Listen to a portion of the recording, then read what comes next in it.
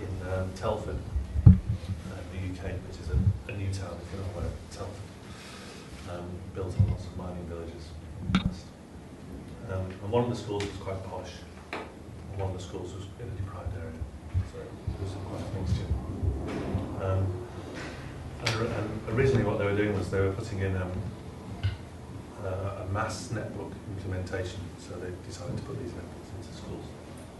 And this is really about what we thought about the process. So there's a couple of full reports on the project. This is more about our ideas and thinking and how they developed afterwards. So. Well, why did they decide to, sorry, why? Yeah. Why did this side of the netbooks? I think because it was basically, they had the e-learning foundation, they could get a grant from the e-learning foundation, and they both financed it in different ways. So they went around a subscription model, which was quite interesting in that it turned the schools from providers of learning into sort of the local PC world, because they had to deal with all the problems of ownership, because the parents had paid for them, and some parents didn't want to pay for them because they were already in the posh school. Yeah, sure. Sorry, not the posh school. Yeah. The more advanced. Sorry. The posh school. No, we don't. Yeah, the posh school. In the posher school, they had more money. Obviously, they had more money, but they already had devices. Whereas in the other school, it was more of a subscription, very low subscription, but also more money from the school. So, and also one of the guys at the school in the deprived area had also managed to get the governing body about 4 years ago to put in a massive wireless network when they had no devices to provide, basically, which was quite forward thinking at the time.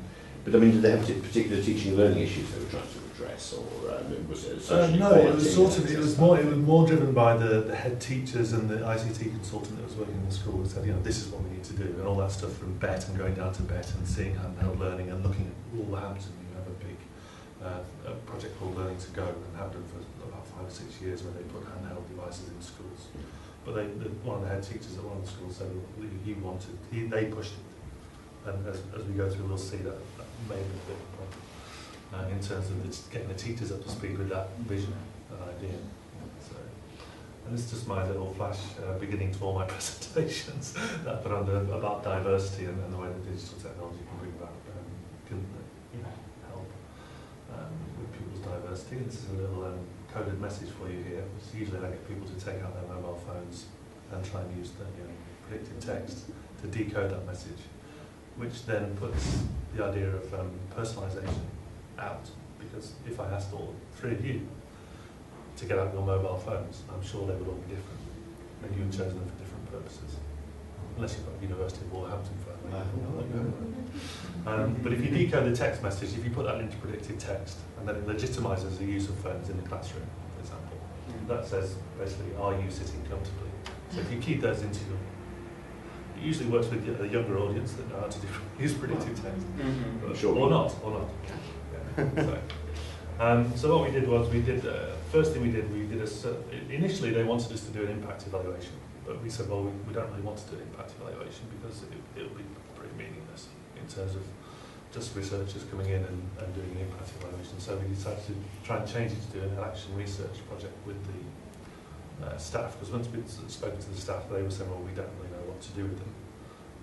The netbooks, we don't know how to integrate them into what we do now. And their original thoughts were that it was like a posh pen, so they were going to use them to do writing and help with their English. So, and they didn't really have any conceptualisation. And these were young teachers, like 24, 25, 26. Can I just ask you then, so in this like a primary school classroom, how many netbooks would there be in the classroom? One for each child was the plan. Right. It was across 4 classes, right. in each. Sorry, 2 classes in each school. And the idea being that once they'd done their impact evaluation, they would do a mass rollout to the whole school. So every child will have a computer. Yeah. But those were the days pre-budget, I suppose. It was last year, so there was still money available. But they did have these systems of ways of financing it. So we did what we called a digital habits survey of all to start off with. So we looked at their digital habits, how they like to learn conventionally. And we looked at something called Next Generation User Skills, which is a piece of work that sort of gives you, I'll come on to, that gives you sort of a framework for digital literacy, basically to see where the kids were with that. And then we did some work on pedagogical framing with the teachers, so saying, well, you know, how might you use these things? You know, what kind of pedagogies do you know about and that we can bring in or make you aware of that will support this way of working? So it was more about the learning rather than the technology. So that was quite important. And then we did some, at the end, we did some stakeholder interviews of all the different tiers of management and how they approached it. And we used this sort of integration model that we put together on some previous work where we looked at three things. So in any implementation of technology within learning, we feel that you need to look at the alignment. They have to align with the needs and concerns of teachers and groups. So if there's a purpose, really, it's obvious stuff. If there's a purpose for using things, then they'll use it. The gentleman next door who was talking about Moodle and Google Docs, he sold it to his staff by saying, well, this will help you with marking, it will help you with this. When he sold it to the students, they're saying, it would be great to collaborate and communicate. So that kind of thing doesn't align with your needs and concerns. And initially, the netbook implementation didn't, because they didn't know what was this, you know, where's it come from, why have I got it, kind of thing. I know the school, my head teacher wants me to use it, but I don't know why or how to use it. It's a bit odd if they were recently trained teachers or something. Well, it is odd. It is odd. Yeah, it was very odd. There were lots of odd things about the teachers and the way they were sort of, hence the title, sort of not oppressed but controlled by the systems that they had and their ability to actually be creative about things, which soon changed once they were given the legitimacy to do it. And then we looked at the status of technology. So we look at three things: the technological status. So in terms of the netbooks weren't a great device. They didn't fit into things.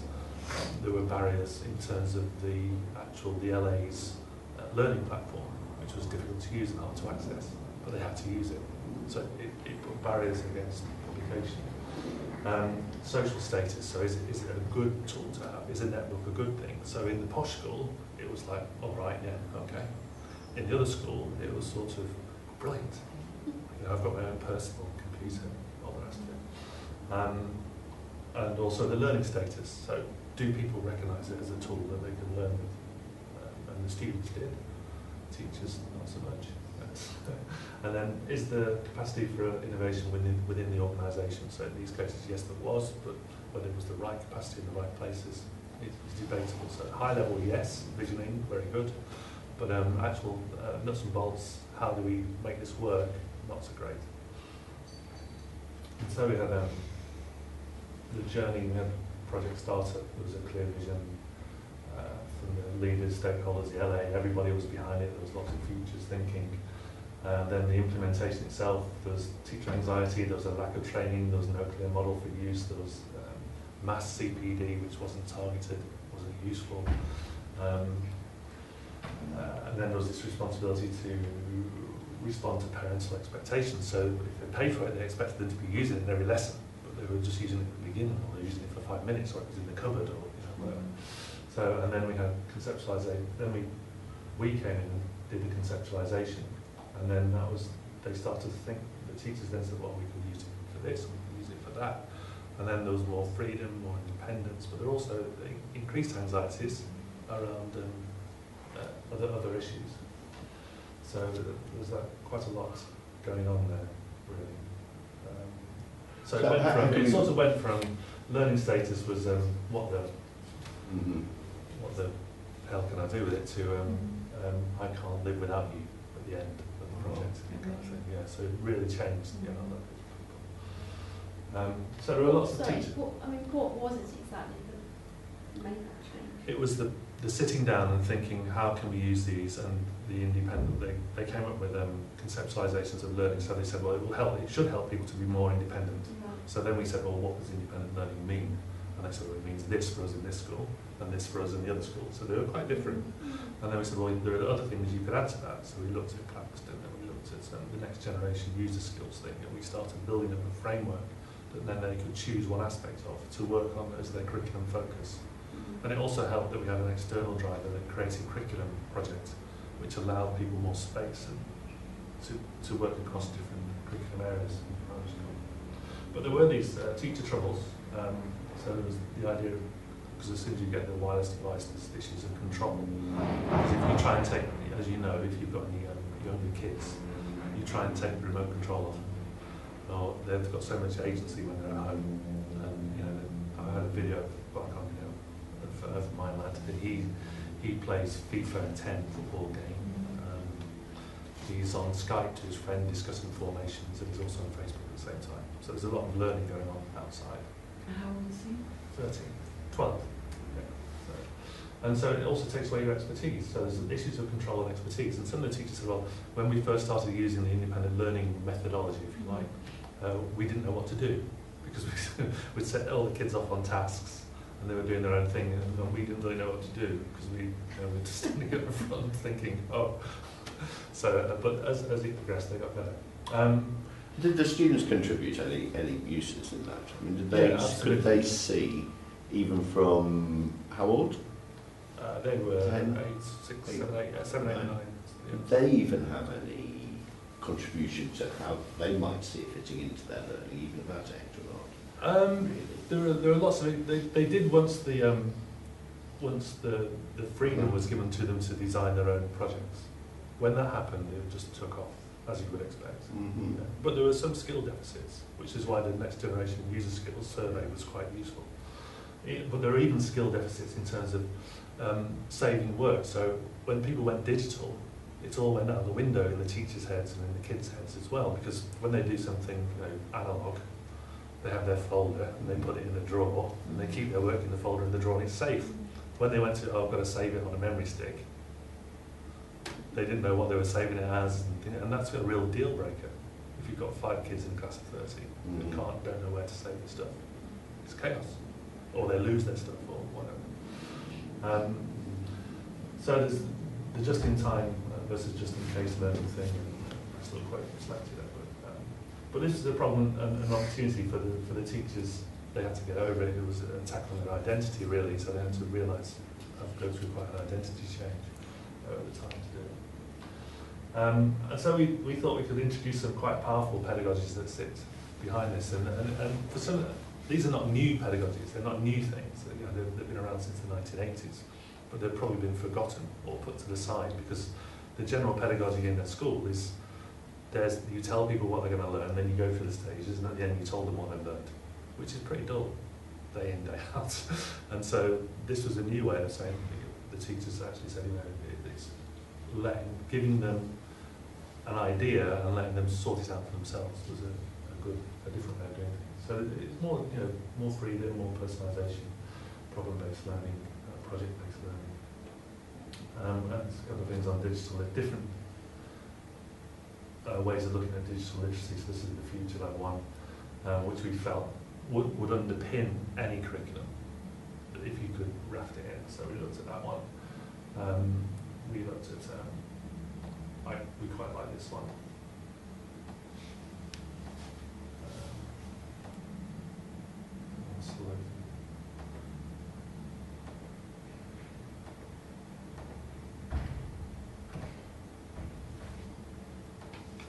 So we quite like Jenkins's participatory culture thing, which is, gives you, again, categories, but doesn't give you any sorts of nuts and bolts ideas about how to do things.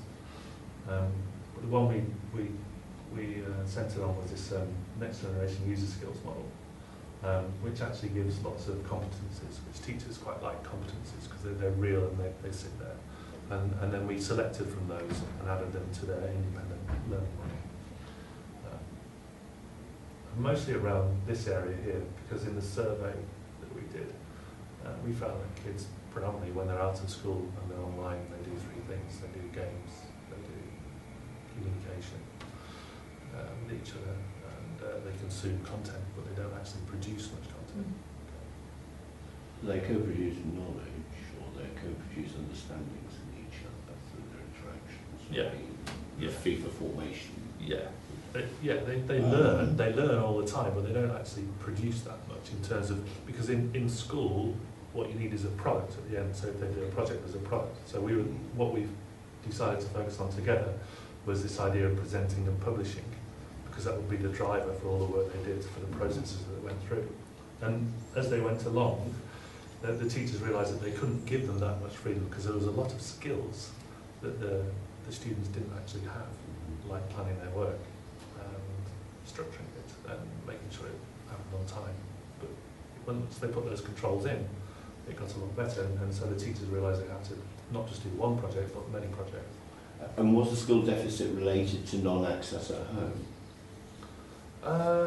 No, you know, it was just a deficit. Deficit. No, it was just a deficit in general. It's a general deficit. So if I said to you, you probably do, but do you know how to annotate a video in YouTube, for example? Those kind of things. Or can you make a website? Or those kind of issues, because the schools are so very locked down in terms of what they can and can't do. We started trying to get them to use third-party website creating thing. The kids loved it, but the school stopped it because it was yeah, and they were teaching each other how to do it. But no, they'd locked it down, so it was just for them. But there was a big investment in the learning platform, so people wanted to use it in the schools, and the LAs wanted to use the learning platform, which stopped the applications. But I think they've got over that now, particularly in one of the schools. And these are go-ahead schools. They're not. It's more the LA that's the issue in some ways. So some issues around learners' choice, aspiration, opportunity, and diversity. So this is the project findings from learners learning.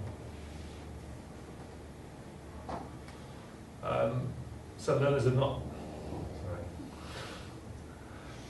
as confident with next generation user skills as they are with conventional classroom skills.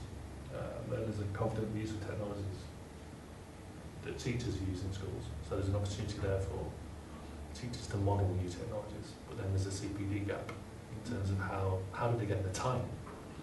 Because one thing we realised, because we're always online and we're connected all the time, it was very difficult to get in touch with our teachers. And we expected them to be connected, but they're not connected because they're teaching. And when they go home, they don't do stuff like this. So, and these are young 25, 26-year-old teachers. Mm. Yeah. So, and there's also this issue of schools not being able to engage with real-world digital tools, and I think increasingly they are now. This was a year ago, so increasingly now they are. But there's also this issue about which tools do you choose? Do they fit with the social habits of learners or not? So there was some of the results from the survey. So we looked at one of the sections of the survey was about next generation user skills, and obviously learners overrepresent their skills quite a lot, so they project. So, but the present and publish and production were the questions around those areas. Have you made a website? Have you edited a video? Have you done a video? Have you uploaded a podcast, done something audio? And that were very, very low. So we thought that was a good space that we could go into in terms of getting kids to learn those skills, but also produce some nice work and have a process to do that through projects. So the digital habits, again, shows a lack of engagement with media production, rating and review. Those activities that could be quite emancipatory in terms of the way that students' work is reviewed. So they can do peer review rather than just having teacher as the person that marks the work. And it's all stuff that's out there, social networking sites. So 73% wireless at home, that's home figures? Yeah. Okay. Yeah. At home. 94, cracky. So that included the port? That included the other one as well, yeah. And increasingly it was what type of device they had as well. So a lot of them had a gaming device that was connected to the internet, so they're using a gaming browser rather than a PC. So do you think there were differences between the two schools? Yeah, there were differences in terms of I think there were mostly attitudinal differences, so the more middle class school, I guess, was more sort of turned on. But the other school, the Northern Pride School, was more progressive in a lot of ways, in the ways that they wanted to use the technology. But both had the same driving ethos. In terms of learning and impact on children, do you think there are differences between the schools? I think it was probably about equal, without having any kind of metrics behind it. But I think the enthusiasm for learning and the way that they went about it, and the things that they produced were of a similar kind of standard. And then we looked at things they were doing at home, and obviously this is to do with age as well. So I mean, these are 8 or 9-year-olds. I think people start using Facebook when they're about 10, don't they? Or before now. So it's actually what are they using at home, and they're using, a lot of them are using Moshi Monsters and graffiti, and this changes. And it's like, I'm going to lose my power in a second. That's good. And then we looked at mobile phone usage, and there's very little usage for things that might be associated with schooling, that could be used with schooling. So the actual modelling of using a phone wasn't happening really. So there's lots of things you could use a phone for, like diary, and a calculator. So hardly anyone used their phone for schoolwork because it wasn't legitimised basically in the school, although most of them possessed a phone.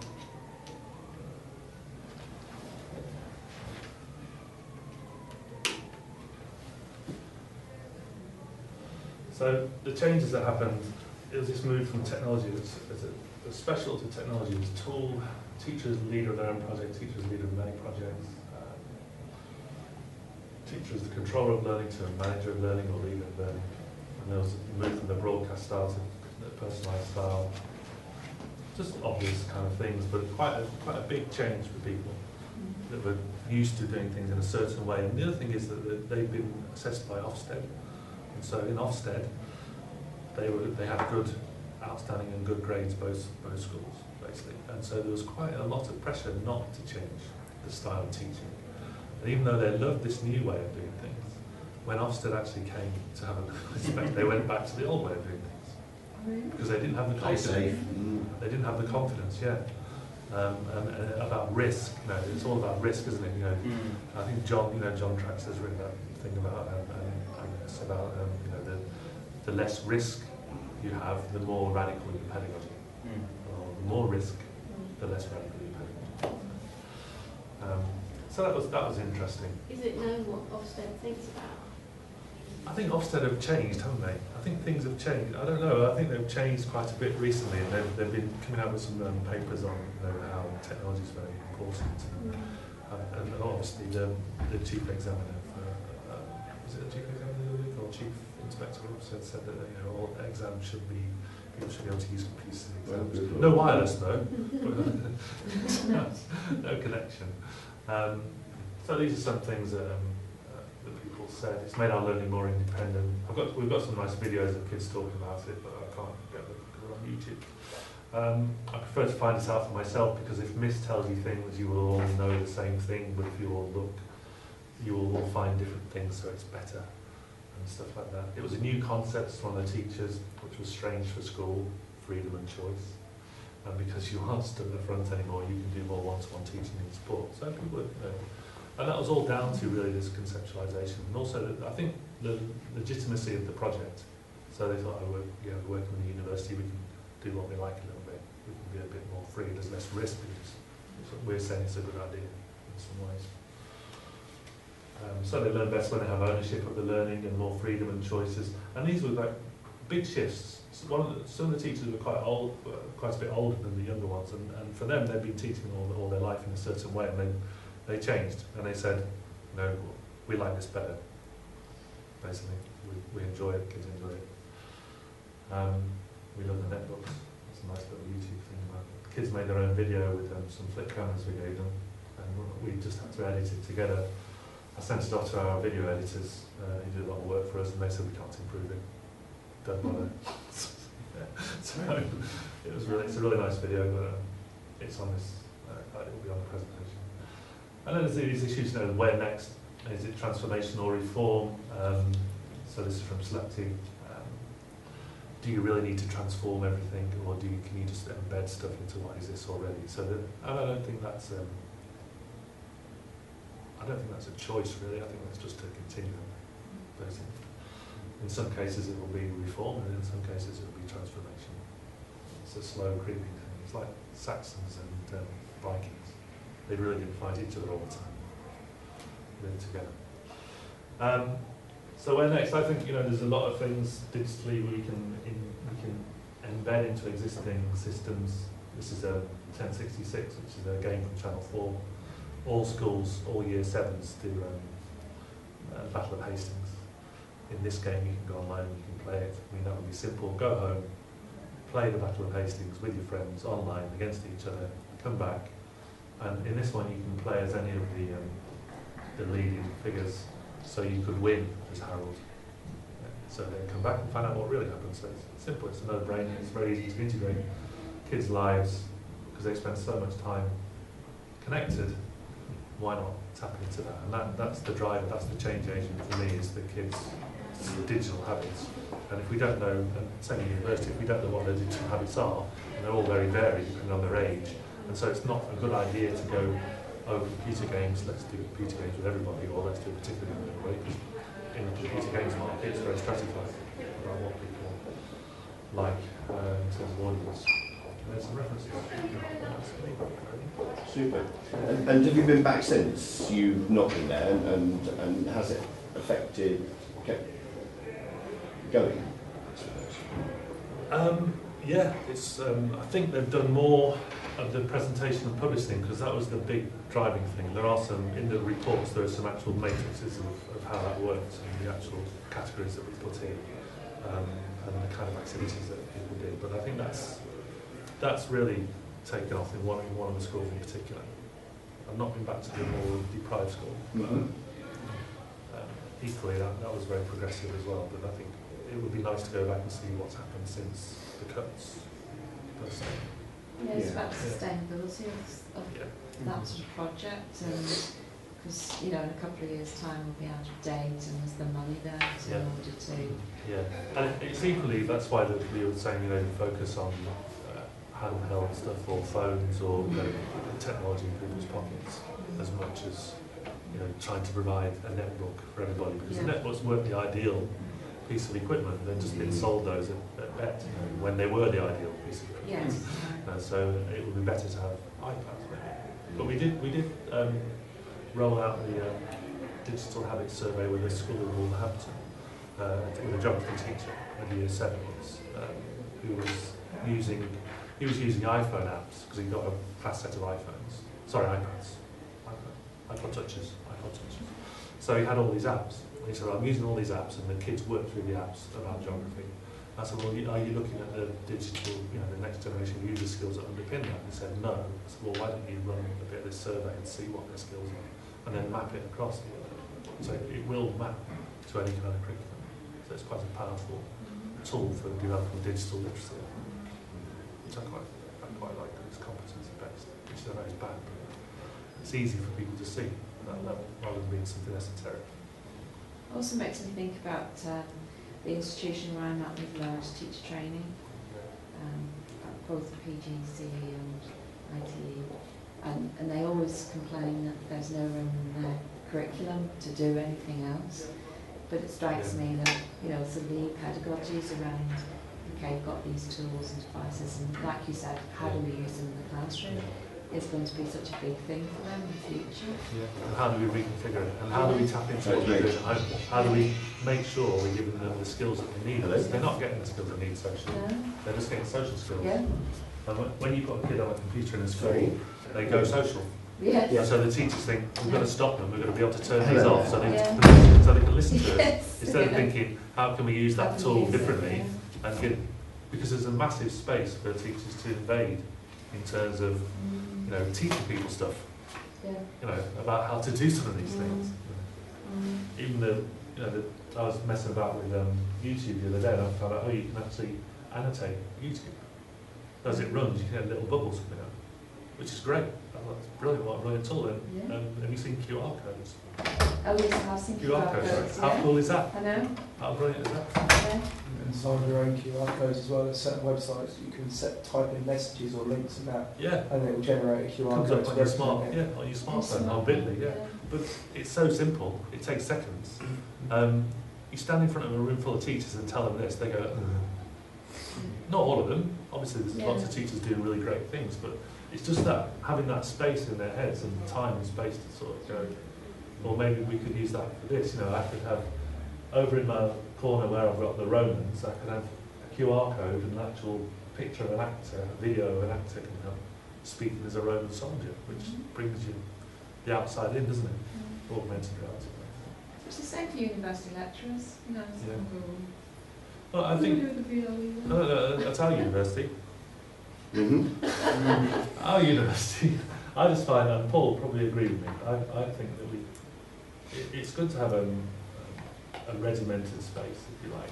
We've got an online learning framework, but it's also difficult for people because it's not stuff that they regularly use in their regular lives. So they have to learn a system that they wouldn't use anywhere else, which is difficult. So we've been using, with the RAF guys, we've been using Edmodo, which is like Facebook, very similar to Facebook, and it's really easy to use.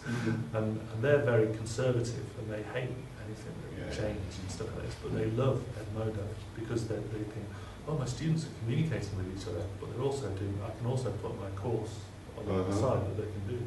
I've not had a look at it. Yeah, it seems Edmodo. Yeah, it's just like a learning platform, but it's got the functionality of Facebook. So if kids are using Facebook, when they come to this, it's not Facebook, so they're not feeling that they're being invaded, but it's Facebook-like. Yeah. Which is weird, because you wouldn't expect them to. Platform, but educational based. Yeah, yeah, and it's got friends and all that kind of thing, and they you can see them chatting on it, and they're going, see you tonight down at the pub, or whatever. Have you done that assignment, kind of thing, and it's all. But I mean, the teachers or whatever, they're in Edmodo too, because there's a lot of what you talked about this afternoon. There's a lot of interactions which happen in the Facebook space, which wouldn't happen in a public space where the staff work. Yeah. I mean, a lot of moaning about the module and stuff as well, which. But it's that thing. I think it's like use or the thing that I do a lot of stuff on games-based learning. So my thing with games-based learning now is not about how do you use games in education, but how do you use the pedagogy of game in education? Because kids spend so much time in these pedagogically rich, immersive environments, that are teaching them how to problem solve and teamwork and communicate. How do you shift some of those ideas into the work that we do in universities or in schools? We don't have to play games, but we can use game-based learning strategies within school. Thank you very much. So, but how did they rope you in, Carl? I mean, were you there to kind of, you sent in to rescue the project or to, because they were floundering, or just you were sort of employed to research it? No, we were employed to research it as an impact evaluation. We went in, we talked to them, and they said... Your role changed then, did it? We talked to them, and their first conceptualisation was, that's not running, is it? Is that running?